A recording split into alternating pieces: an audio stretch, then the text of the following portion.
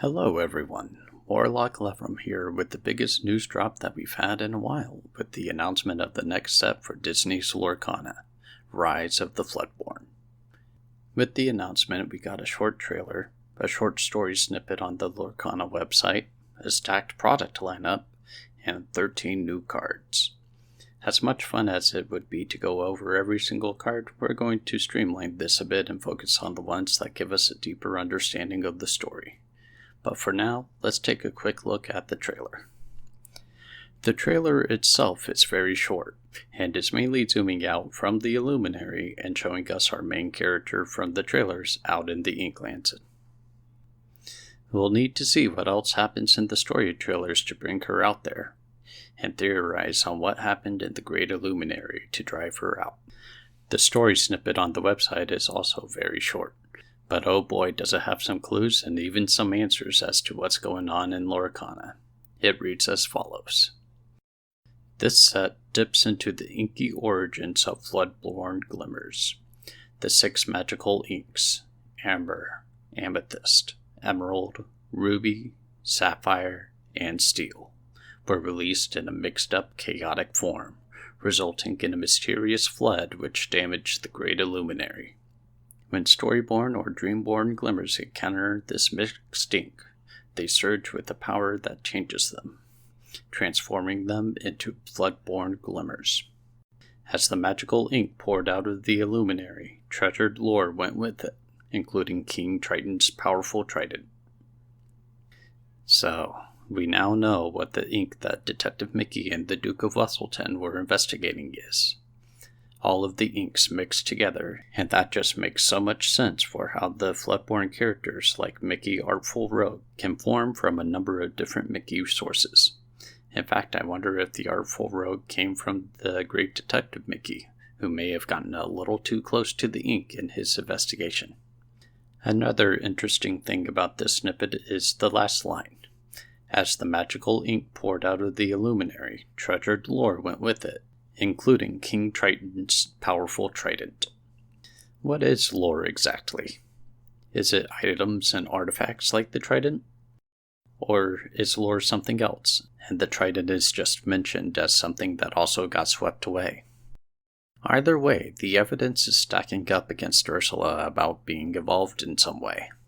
Whether she was the cause of this, or just taking advantage of the chaos, remains to be seen. But we have our eyes on you. Now for the cards and products, let's begin with the starter decks, which we have an Amber Sapphire deck featuring the Queen and Gaston, and then an Amethyst and Steel featuring Merlin and Tiana. Unlike the starters from the first chapter, these seem to have a theme going on, as the Queen and Gaston are both Floodborn, and villains as well, while the heroes of the other deck are not Floodborn.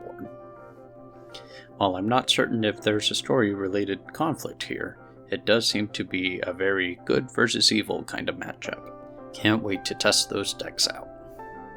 Now, while we have him up here, let's take a closer look at Gaston, and alongside him we also got a Floodborn version of Belle. As you can see, they seem to have swapped roles here, with Belle being a huntress and Gaston as the intellectual.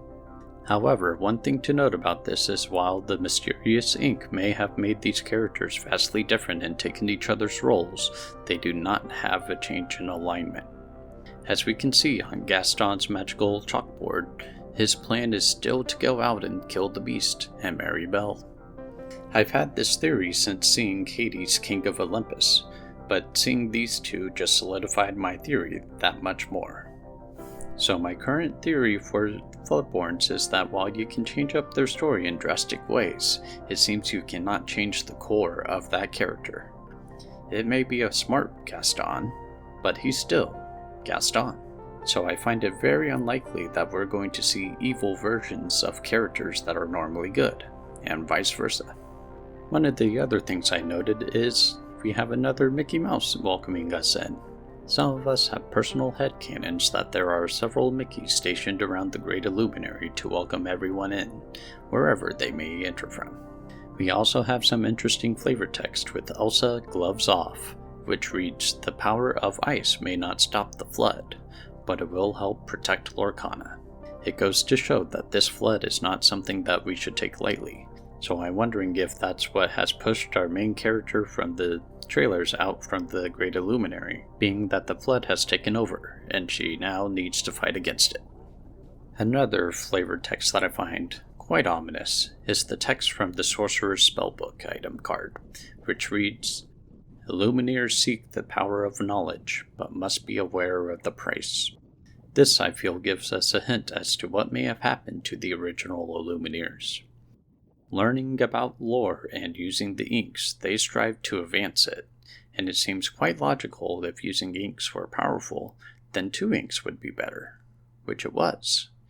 And then someone got the idea, what if I use all the inks? And with this, they started the flood, which took them out.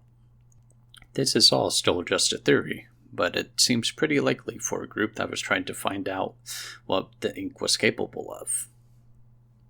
Well, that's all that we have for today. It's so excited to be on the story speculation train again already.